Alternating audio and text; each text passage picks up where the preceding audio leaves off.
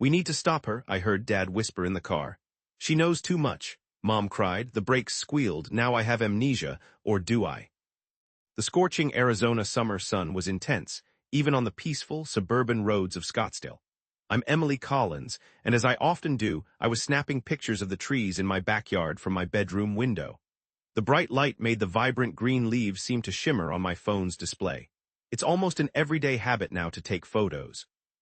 I'm constantly trying to capture significant events, like school activities, good times with my friends, and most importantly, lovely memories with my family.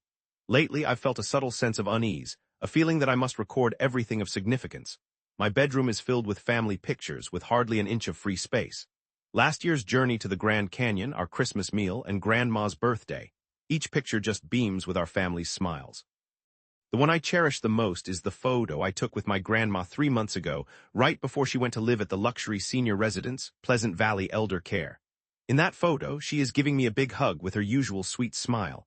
"Emily, breakfast," my mom yelled from the lower level of the house.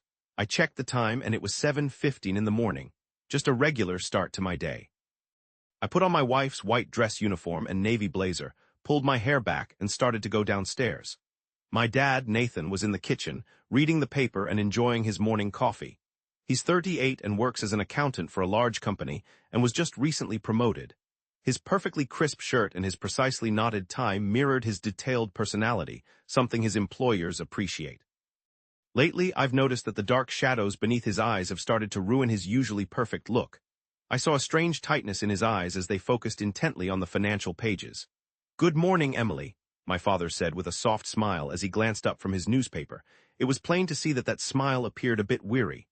"Morning, Papa," I replied, and I began to drizzle syrup over the pancakes and cake my mother had prepared. The familiar smell of breakfast spread throughout the kitchen. My mother, Diana, was just finishing up in the kitchen, getting breakfast on the table. She's 36 and she's a real estate agent. Because she's very friendly and cheerful, she's a hit with her clients. Always fashionable in her beige suit, Mom somehow manages to handle both her job and our family with an optimistic spirit. Even so, of late, something about her seemed off. This morning, for example, her normally easy movements were now stiff. Her hands weren't as steady as usual as she put away the dishes. She was also reacting a little too strongly to the alerts from her phone. I may just be imagining things, but both of my parents seem to be weighed down by something lately. I'm a 7th grader. I do very well in science and English at Desert Mountain High School, and my teachers think highly of me. Mr. Miller, especially, my science teacher, thinks I could grow up to be a scientist. My sharp observational skills are something I value, but even more significant than school are my after-school visits with my grandmother, Martha. My grandmother has been residing at the upscale senior living community, Pleasant Valley Elder Care, for about 3 months now. Despite being 75 years old and a retired high school English instructor, her mind is still incredibly sharp and perceptive. I see her as my trusted friend and source of wisdom. The sparkle in her eyes remains when she reminisces about Shakespeare. Sadly, her heart trouble now necessitates round-the-clock medical attention. The place is situated in the Phoenix metropolitan area. Even though the yearly price tag is $120,000, the features and services are exceptional, and the employees appeared friendly in the beginning anyway. With its swimming pool, wellness center, and reading room, it resembles a fancy hotel more than anything. "Emily, it's time for school," my mom's voice brought me back to the present moment. "Right, I got it," I replied. As I fixed my uniform tie, I found myself replaying the events of the previous night. I woke up during the night and overheard my parents having a conversation downstairs. They were awake at a time when that never happened. My father's statement, "We need to do something," and my mother's quiet crying are still fresh in my memory. Also, I heard a phone ringing and my dad kept repeating, "I understand." Yet, what truly unsettled me was the message I got from my grandmother yesterday. When I visited on the weekend, she held my hand very tightly and spoke in a shaky voice. Her hands, usually calm, were unusually cold. "Emily, honey, I am a little concerned about something." Her eyes revealed a worry I'd never seen before. However, she didn't elaborate anymore. All she did was she simply told me, "Be careful," several times. As I strolled down the corridor, she kept glancing over her shoulder, as if she thought somebody was following her. Before school, during the ride, I was looking at pictures of the place on my phone. The fancy entryway, the expansive dining area, and the meticulously kept gardens. Everything appeared flawless initially. However, more recent photographs seemed to reveal a darker, more subdued tone. Something had to be concealed behind those pleasant grins. I'm headed back there after classes finish. My grandma has to have something she wants to share. My instincts are generally reliable. The shifts in how my parents act, along with grandma's worry, everything has to be connected somehow. By keeping up with the photos, I'll likely get closer to figuring it out. With these ideas running through my head, I walked through the school's entrance. The playground, early in the day, had a strong wind, signifying the start of another day. The mountains, a reddish-brown hue in the background, gave a sense of a landscape that would always remain. This marked the beginning of everything. Back then, I could not have pictured how serious the upcoming events would become for us, that the calm, everyday existence that those photos showed was about to be completely upended. Later that day, I found myself sitting across from my grandmother in the facility's visitor's room.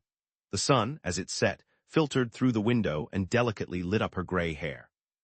Yet that light only made her uneasy look stand out more. "Emily, would you check out this album?" She passed me an old photo album. The cover said, "My Precious Days," in her careful writing. As I took the album, she looked around with a cautious expression. "Take your time looking, especially." I had to speak softer. "Listen to what's inside the rear cover," she said. As I looked through the album, photos bringing back memories came to light. There I was, a little baby, plus my parents looking youthful and smiling, images of family trips. However, keeping my grandma's advice in mind, I studied the back cover. I noticed a handful of tiny sticky notes stuck on it. The handwriting was hurried with dates and short notes. June 15th, Mrs. Johnson's ring vanished. June 28th, noises in the dark. Someone was rummaging around. July 3rd, asked to sign a new will. July 10th, Mr. Williams got sick very suddenly. I could feel my hands shaking. This wasn't just an album, it was more than that. Grandma was trying to uncover something, I could sense it. "Grandma, is this?" I began, but Grandma cut me off with a small nod of her head. "Emily, weird things are happening," she stated. Just then I heard footsteps in the hallway and Grandma seemed to stiffen for a moment. After making certain the footsteps were going away, she proceeded with the story. "My pearl necklace disappeared recently," she confessed. "It was a valuable thing, something passed down from my mother." She was sounding very sad. "And that's not all of it." I could swear someone was going into my room at night. They were looking around for papers, apparently. Pulling out my phone, I started to record what she was telling me. I put it in my bag, keeping the screen barely lit so it wouldn't be seen. Other people residing there have had identical experiences, but no one will talk about it. They are frightened. Over the next few days, I made a point to visit the facility every day after my classes had finished. My phone's camera was always at the ready, prepared to capture any strange occurrences. As I moved through the building's corridors, I'd chat with the other people who lived there. I used these little conversations as a cover while I carefully gathered information. Mrs. Williams, it turned out, had really gotten sick. She'd tell me every week, "I've felt awful since they switched my pills." One day, when the front desk staff wasn't around, I snuck a look at the facility's paperwork. The residents' personal data, including their medical histories, were being handled terribly. I saw a pile of documents with signatures I didn't recognize, all with recent dates, but things quickly got worse. Since the previous week, there was an obvious change in my grandmother's health. "They changed my medication," she'd say. "When I take the new pills, my brain feels foggy." Her speech started to become jumbled. The clarity that was once in her eyes was now gone. "Emily, if anything happens to me," grandmother squeezed my hand, "I'm giving you all these records. But please be cautious," she whispered. "You could be in danger, too." Her words left a chilling fear in my chest. Back at my house, the weirdness continued. My parents were having late-night, secretive conversations, and they were more frequent now. Dad's phone rang constantly, and each time he'd go somewhere else to answer. Mom seemed utterly worn out, and sometimes her eyes were red, as if she'd been crying. And then last night, something significant happened. "You need to stop going to that facility," Dad suddenly said at dinner. His tone wasn't the usual soft way he talked. "But I'm concerned about Grandma," I said back to him. "Emily," Father's voice became stern. "This is something that's meant for grown-ups, not you. It's not your place to interfere." Mom just kept her eyes glued to her food, not saying a word. I was truly afraid of my folks for the very first time. That evening, back in my room, I went over everything I'd gathered. I listened to all the talks I'd secretly recorded on my phone, examined documents I'd snapped photos of without them knowing, and carefully peeled sticky notes from the album's back. Every single thing I'd found showed something was seriously off at the place. Yet why wouldn't my parents speak up about it? Or maybe I was shaking because I was scared to think of what might be the truth. It was possible that my own folks had something to do with whatever was going on there. The stars were shining and twinkling just outside my window in the Arizona night. Even though it was a sight I knew, it all felt creepy now. I'm heading back to the facility again tomorrow. I have to find out what's really happening, even if it means going against what my parents want me to do. I have to protect grandmother and all the other folks who live there. The next day, as I went to the facility, and ignoring what my parents told me to do, I found something that totally shocked me. I found an old recording machine in Grandma's room. It was a small cassette player, showing how little she knew about newer technology. "Emily, take this," Grandmother said, holding the recorder out to me, her hands shaking. "Don't let anyone see it, especially your parents." Her words were said with such urgency, and that made me shiver. Her hands felt ice cold and weren't warm like they normally were. After I got back to my room, I pushed the play button, and at first I just heard background noise. The hissing and whirring of the old cassette added to how tense I felt. I started hearing a man speak shortly after that. "Mrs. Collins, you don't have many choices," he said. The man had a deep, frightening voice. It was Michael Brown, the assistant director of the place. "Just initial those documents and things will go without a hitch." "Consider your granddaughter," a woman's voice, which must have been the grandmother, said next. "This is extortion. You just want my money." "I wouldn't suggest going to the authorities," the man warned. "They tend to side with us." My fingers were shaking. This was definitive proof of wrongdoing. They were committing estate fraud, and it involved everyone there. The cops might get involved as well. Outside, I saw the setting sun paint the sky a dark red. The recording persisted. There were conversations with employees, threats made to some of the people who lived there, and then my own parents started talking. "Nathan, Diana, we can fix your financial problems," they said. "But there are stipulations." I paused the playback. My thoughts were racing. Were my parents in on this too? My phone sat on the desk, glowing menacingly in the fading sunlight. Right away, I contacted my closest friend, Sarah. I've known her since I was a kid. She's the only person I can truly trust. We became friends when we were in 5th grade, and we'd always eat lunch together at Desert Mountain School. "Emily, isn't this super serious?" Sarah asked, looking concerned through my phone screen. "Sarah, I've got a favor," I thought as I had recorded the audio on my cell and immediately shared it with her. "Don't get rid of that data," I instructed. "It's important that you have it, even if anything happens to my phone." "Okay, I get it," Sarah responded without any hesitation, nodding. I was resolute. I was going to report this to the authorities. However, I needed to speak with Mom and Dad before anything else. I figured there had to be a reason for all of this. That night, a surprising twist took shape. The smell of Mom's lasagna filled the air when Dad spoke. "How about a trip to Sedona this weekend?" he asked, his voice sounding much brighter than usual. He continued, "We could really use some time together as a family." Mom concurred. She added, "Yes, it's been quite a while since we've had a family getaway." Something about that smile felt phony, though. Mom's hands were noticeably shaking a little. Friday at 7 p.m., we were in the car on the mountain road heading from Phoenix to Sedona. As the streetlights vanished, the darkness slowly deepened. From the backseat, I pretended to be asleep while watching my parents. Dad's hands on the steering wheel seemed unusually tense. "If she goes to the police, everything will be ruined," Dad murmured, his voice floating through the quiet car. The only sound was the hum of the air conditioner, which filled the tense silence. "It's for Mom's benefit. We don't have any other options." Mom's voice was shaky, like she was struggling to keep back tears. My heart started to pound. Did my parents know I had proof? My fingers were clammy on the phone, holding the evidence. Then suddenly, the car violently jolted. I heard the squeal of brakes right before a sharp turn. I instinctively grabbed my seatbelt. Sure enough, it was unfastened.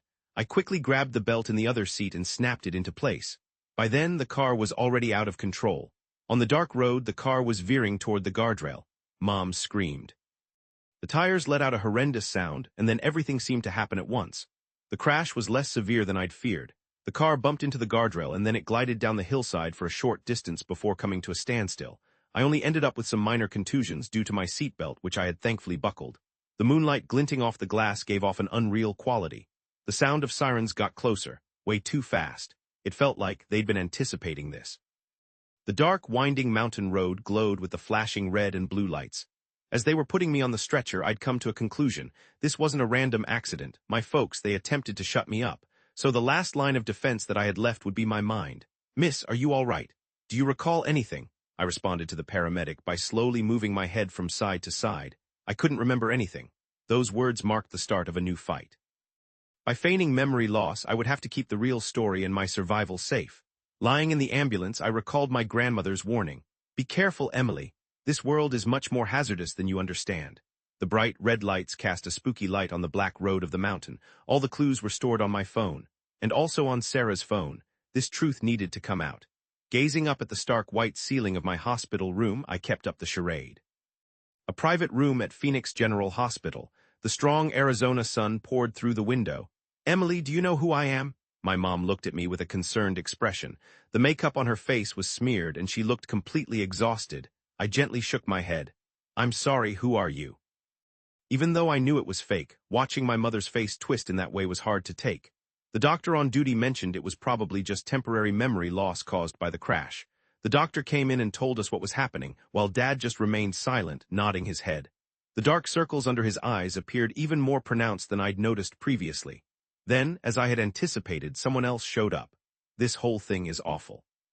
The hospital's deputy director, Michael Brown, came into the room with a smile plastered on his face. Yet his eyes didn't reflect the same expression. Mr. Collins, how is your daughter doing? He asked. Her memory is completely gone, my father's voice quivered. I understand, he said. Brown sounded a little relieved. Well, she's young, I'm confident she'll get better. Under the covers, I was discreetly using my phone. The chat with Sarah already outlined our plan. Emily told me I should report it to the police. However, we need to find someone we can actually depend on. It's all right because I saved all the photos and recordings of Grandma. I'm going to meet with my mother's detective friend, who is also my uncle, tomorrow morning. Don't breathe a word of this to your mom and dad. Sarah was more than just a friend. She was someone I could truly rely on. Things started happening quickly a few days afterward. Firstly, Grandma was unexpectedly moved to another luxurious care facility. They claimed it was for better, more comprehensive medical attention. Later, I found out that she had actually been put under FBI protection. Then, the inquiry into Pleasant Valley elder care started.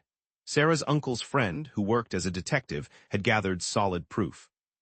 Besides the inheritance scam, the investigation revealed unlawful drug use, theft of precious items, and even payoffs to the police. It was all starting to surface. I maintained my pretense of having amnesia.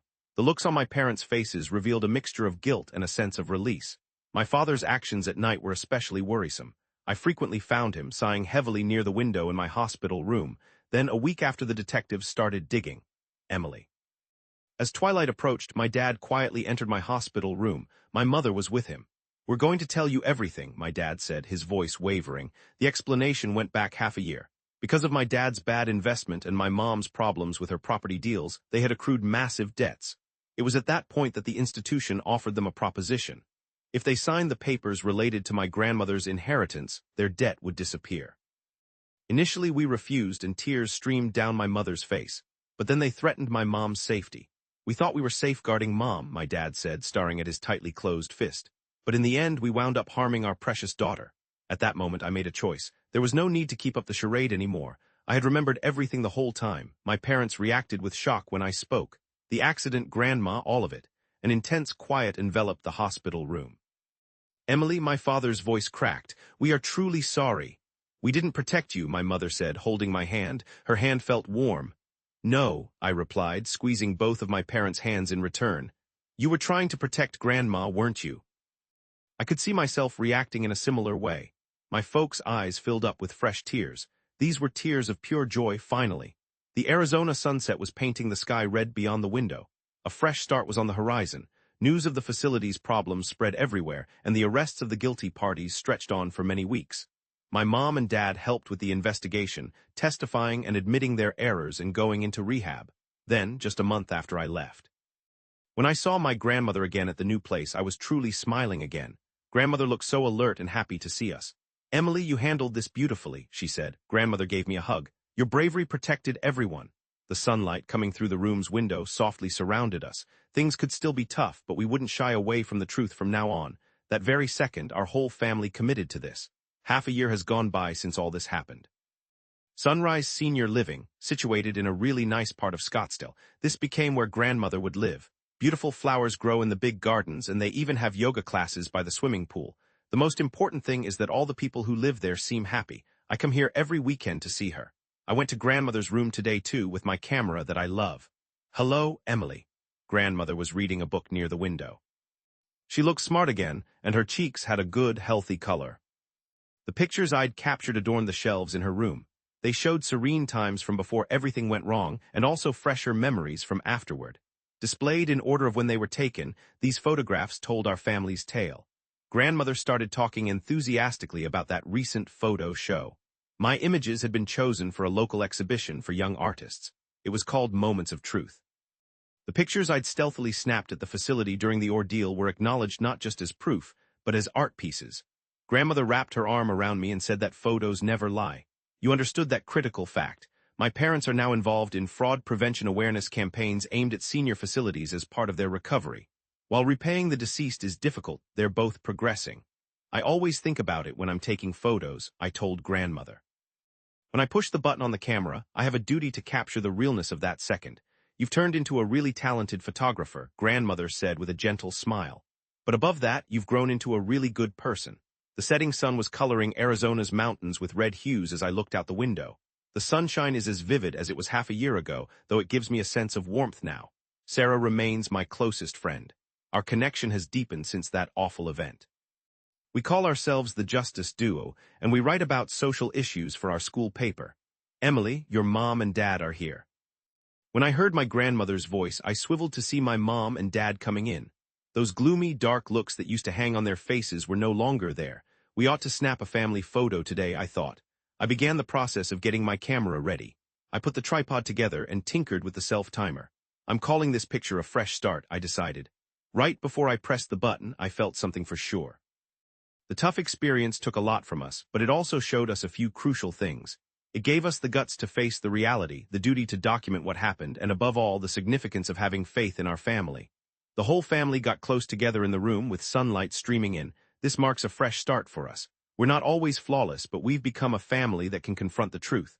A faint click echoed in the room. The last bits of sunlight disappeared into the Arizona sky. I, Emily Collins, am positive of this. Hard times will definitely show up again, but we won't run away, not anymore. Like photographs, we'll face every moment with honesty. That was the biggest lesson I gained from what happened. Maybe my tale, even at age 12, is truly just starting.